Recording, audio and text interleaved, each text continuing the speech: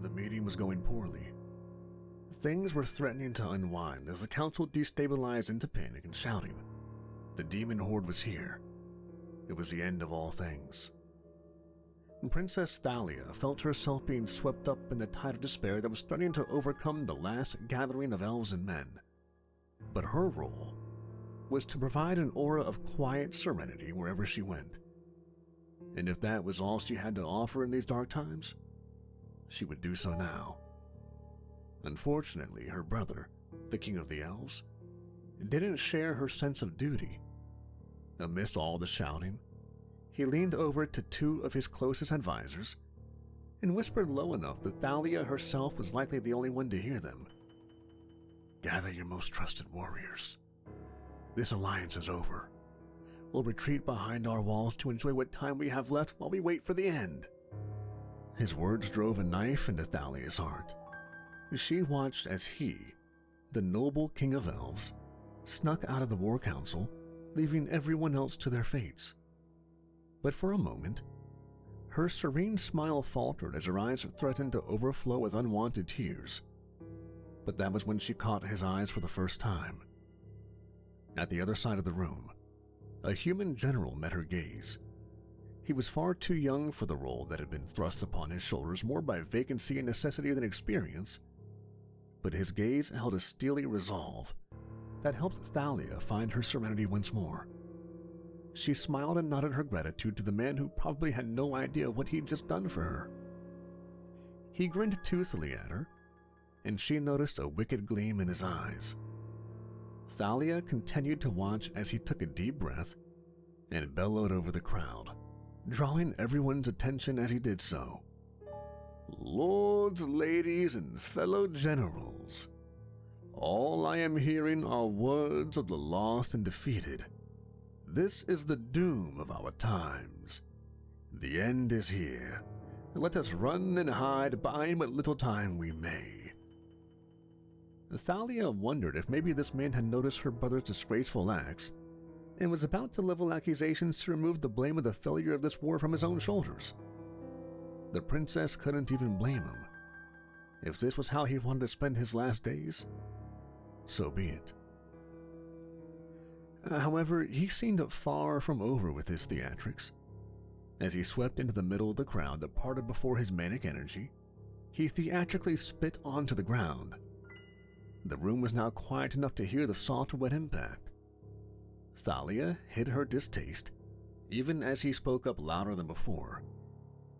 "Maybe you're right. Maybe this is the end.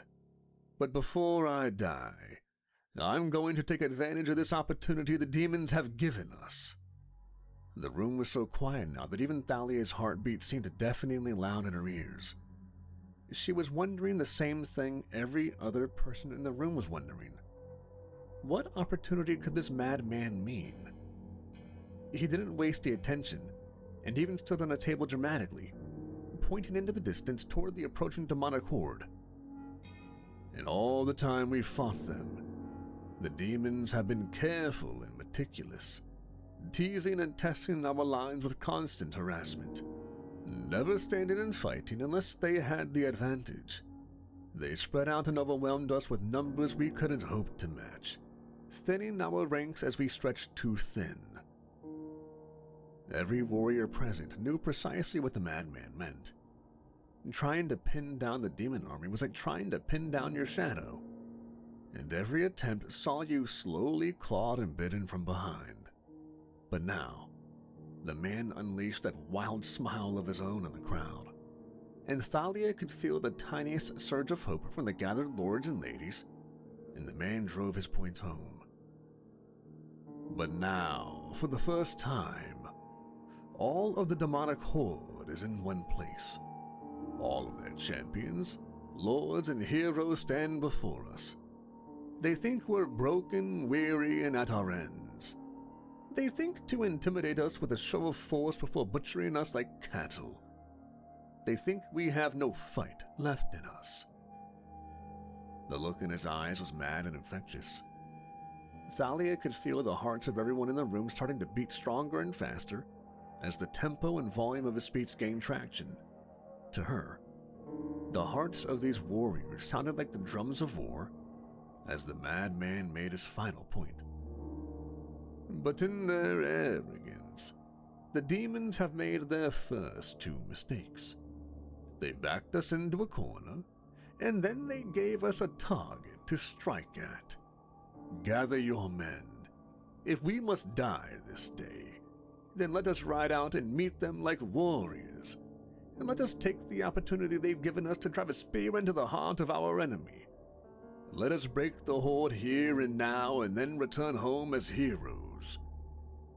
A wild cheer rose up from the crowd, and man and elf alike ran out to organize this final desperate, insane assault, leaving only Thalia and the mad human general alone. As he approached her, the princess felt her heart beat faster. A thought occurred to her.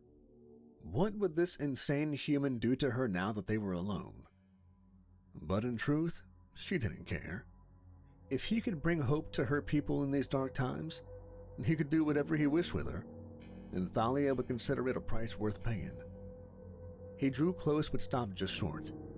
His pungent smell was offensive to Thalia's delicate nose, but she could still feel that wild energy radiating off of him in waves. His smile was still feral, but there was something else hidden there that the princess couldn't place. One moment turned to two, then three, and finally the human spoke. I'm not sure how it is with elves, but in human society, when a dashing knight runs off to face down the evils that threaten the land, it's customary for a maiden to bestow a favor to him to give the heroic knight a reason to return. Thalia's mind was a blur. What did this human mean by a favor? Then she recalled seeing pictures of knights in a book in her brother's library. In the images, ladies had given the knights pieces of cloth to wear into battle. Is that what this man was asking for? Some object to remember her by while he fought? It was such a simple thing, so she relented. All right, what would you... And then she was cut off when the man took advantage of her acceptance and leaned in and kissed the elven noble. As he did so, his emotions crashed into her as she felt everything that was hidden behind his words. At his center was a bottomless pit of fear and despair, such that the pathetic fears that had threatened to overwhelm Thalia before paled in comparison. But around that pit swirled a storm of anger, defiance, and determination. And through it all pierced the tiniest ray of hope. It was a mere sliver of a thing, so fine Thalia would have lost track of it if it weren't for the fact that this man's soul clung to it with a feverish might. The intensity of his emotions shook Thalia deeply, even as the man pulled back and looked at her with the wild smile and insane eyes that she now had the barest understanding of. His expression softened only slightly as he spoke one last time. Now that is a kiss worth living for. Before she could gather her wits, the human was gone, and Thalia found herself mourning the man whose name she never learned.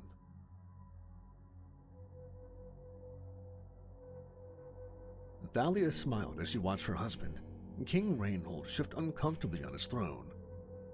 The poor man had no idea she'd been the king's sister, and after the other lords and nobles deposed her cowardly brother, they'd been overjoyed to learn the mad human who led them to victory in their darkest hour was also interested in the princess whose hand would decide the next king.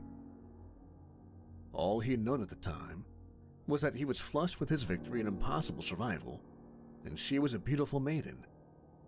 Their celebration was just what one naturally did after such a thing. He'd been the center of many feasts and toasts, but he didn't catch on until too late that one of those had been a wedding feast, and he was the groom of honor. Not that he minded too much. If marriage was the price of the pleasure of Thalia's company, it was a small price to pay. The whole king thing, though, that was a different matter. He'd been every bit as wild and energetic a king as he'd been a general, so much so that his new subjects often affectionately referred to him as the Mad King. He was known for being the first to dive into trouble, and the last to walk away from it. He behaved nothing like any sane king they'd ever known, and they loved him for it. Under his rule, the elven and human alliance had gone from a fragile, temporary thing to a mighty country that rivaled any of the older, more pure nations that bordered them. As time passed, there were signs of his aging. As much as Thalia tried to drive them from her mind, his mortality weighed on her. Not that she regretted marrying her mad king. She just didn't want their brief time together to come to an end. But, try as she might, the signs were slowly becoming harder to ignore. His arms didn't swing as freely when he walked, and his legs sometimes seemed to become heavy. In addition, his posture was becoming slightly stooped, and his arms and legs seemed quick to get sore and stiff. The people listened to and respected their king, but recently, he'd been growing tired of the bureaucracy. Unless he took a direct hand in anything, nothing seemed to get done. That's when he came up with the clever idea he was about to present. Thalia watched her mad husband with pride as he presented an insane idea that only he could have come up with.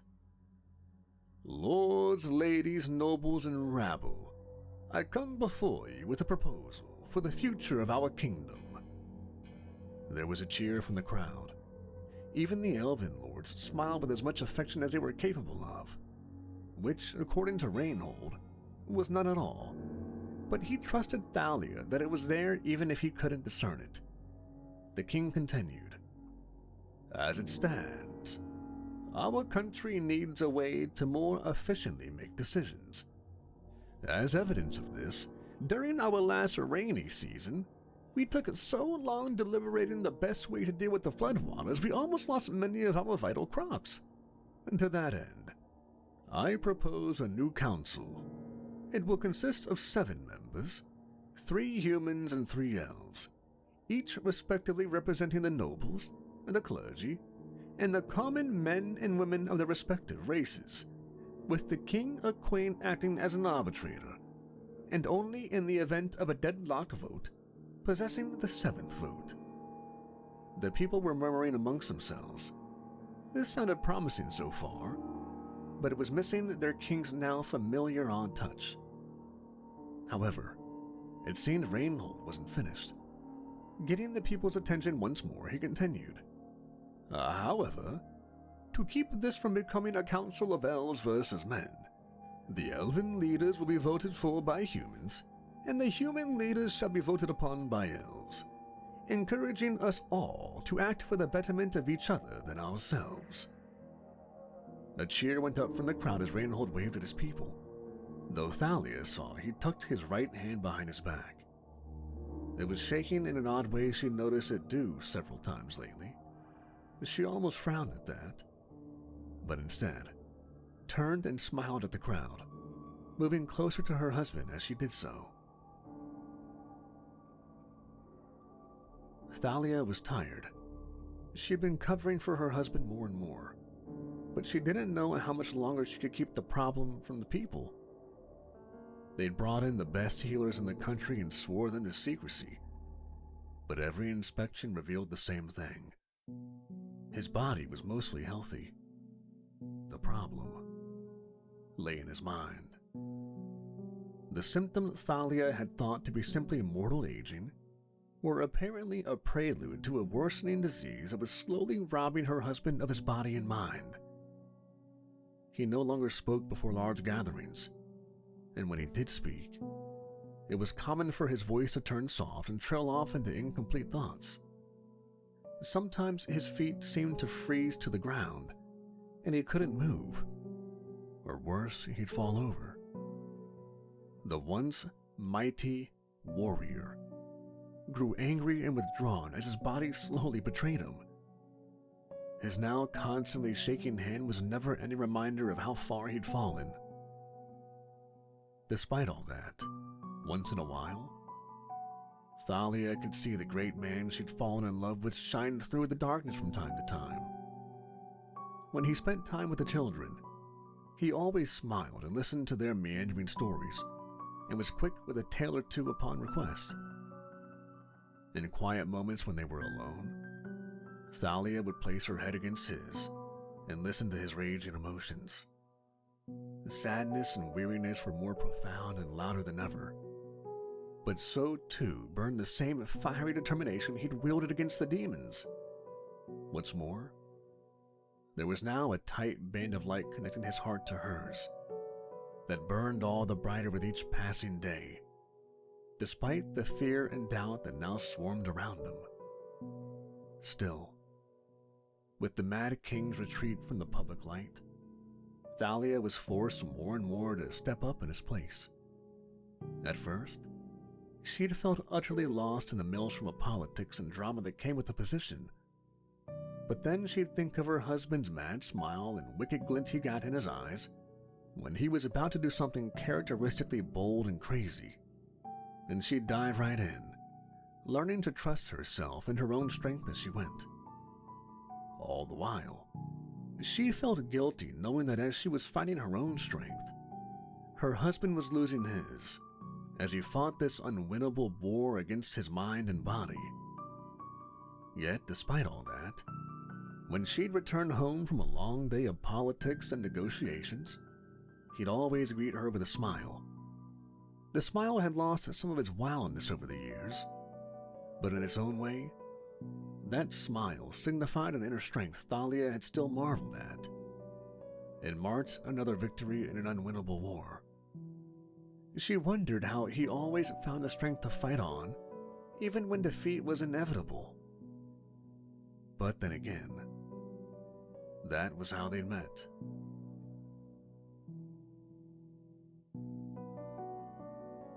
Thalia walked in on the maids cleaning up after her husband's latest tantrum. She couldn't bring herself to be angry with him. It wasn't his fault, after all.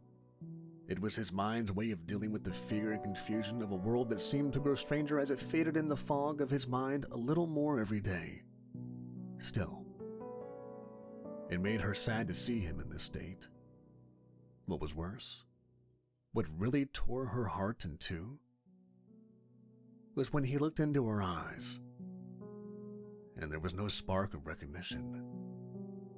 Most days, she was nothing more than another face in a sea of unknown and forgotten faces. She could feel his struggle as he fought desperately to hold on to his memories. But every day, a little more slipped through his fingers. Right now, he was sitting in his wheeled chair, watching with shame as the maids cleaned up the remnants of the dinner he'd thrown on the floor. He knew he'd done something wrong, but the once mighty warrior couldn't even remember why he lashed out to begin with. The maids dealt with his tantrums with exceptional care and patience. Thalia had handpicked each of them. Every one of them had fathers, brothers, or in the case of one elderly elf maid, a son who'd fought beside and been saved by the mad human king in their darkest hour. Now, they would proudly stand by him during his own. Once the mess was cleaned up, Thalia dismissed the maid to spend a little time with her husband, even if he didn't recognize her any longer. She brought over another bowl of his favorite stew and started to feed him since his badly shaking hand rendered him unable to do so for any longer. Between spoonfuls, she looked up and was startled to see the hint of his old wild smile hinted out on his face. His eyes searched hers desperately as if trying to remember something of great importance that was long forgotten. For a moment, Thalia's hope flared as she felt his mind tugging at hers. But then the moment passed, and his eyes clouded over as he slumped in his chair. For just an instant, it was too much for her. The queen turned away and hid her eyes from the man she loved out of fear he'd seen something in there that might hurt him further. At that moment, the old king spoke, his voice soft and frail. "Oh, come now. a pretty young lady like yourself must have something better to do than dote on an old, weak man such like me. At your age, life is all about love and adventure. Great things are waiting for you out there. You shouldn't be shut up in a stuffy room like this. Thalia turned and looked into her husband's eyes. There was something there, a flash similar to recognition, though he still didn't seem to know who she was. But what was more important, there seemed to be an essence of his old intelligence. She smiled back at him. My king, there is nothing greater I could be doing right now, and nowhere I'd rather be than with you.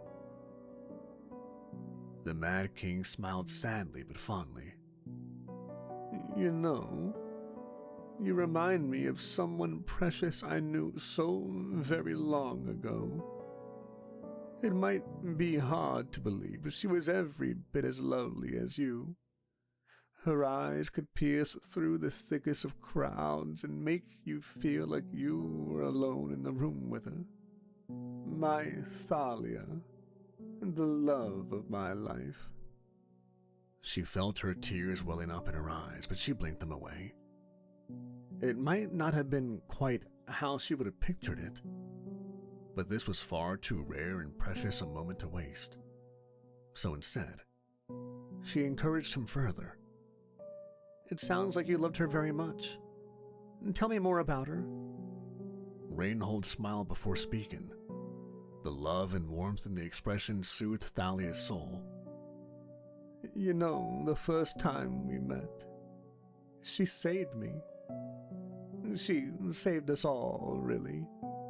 This whole kingdom would have fallen to the demons if not for her courage. Thalia felt her heart fall. He was obviously confused again. My king, as I've heard it, it was you that saved us that day. The frail old man tutted and shook his head as he patted Thalia's hand. Maybe, but I was only able to do that because she saved me first. There she was, alone in a room full of great and powerful people. All of us were in an utter panic. There was no hope. The end was nigh, and we all knew it. I was ready to retreat with my armies and hide behind a wall to wait for the end to come when I looked across the room and saw her. The king smiled as he looked off into the distance. The current world might be hidden from him by mental fog, but the world of the past remained clear to his eyes at that moment. I saw a fiery determination not to give in to despair in her eyes. It was the most beautiful thing I've ever seen. Then, for one moment, that fire dimmed and threatened to go out. I knew then and there that I had to do something, anything to rekindle that fire just a little longer. And so I just started shouting whatever harebrained things came to mind that might give her even a sliver of hope. Wouldn't you know it? The things I said for her worked on everyone else too. The whole thing, my speech, my legendary charge, even my own return, I owe to that lone maiden fighting her own fear in the corner of a large room. When the Mad King smiled down at his queen, his smile had every bit as much of the wild edges as it ever held. You know, at first, when we were left alone in that room, just the two of us, I'd planned to go off and die in a suicidal charge to buy my maiden just a little more time. But she held me rooted in place, and I was helpless in her gaze. Thalia's loving husband smiled as she drew closer to him.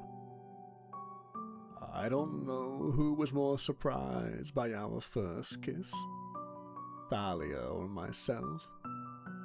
But I do know it was that kiss that gave me the unbreakable command that I must return to my princess.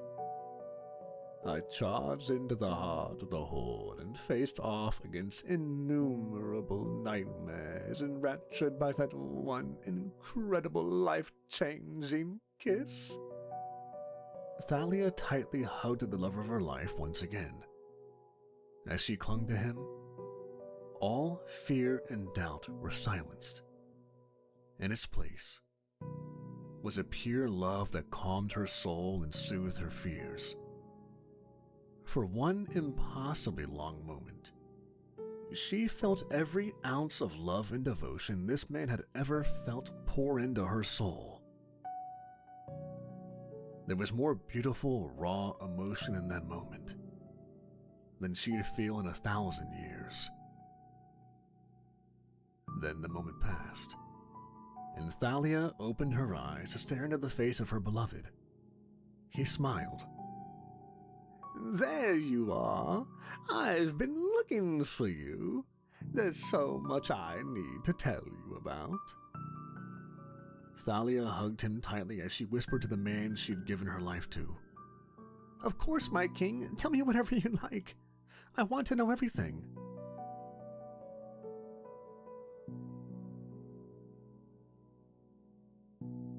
Thalia hugged her great-granddaughter as they sat under the old oak tree behind the castle. This was her favorite place to rest these days. The tree was one she'd planted to mark her husband's grave so very long ago, and in its shade, she could almost feel him reaching through the ages to hold her close once again. She was surrounded by family and friends, and finally enjoying her retirement, having recently given up the role of monarch to her son. When she'd last checked on him, the poor king had been buried in parchment and paperwork as he struggled to undo some political faux pas that had been overinflated in an attempt to gain leverage over the inexperienced ruler. But when she'd looked up and seen the old queen looking in on him, he gave her a smile that echoed his father's wide grin, in such a way that Thalia knew he'd be all right.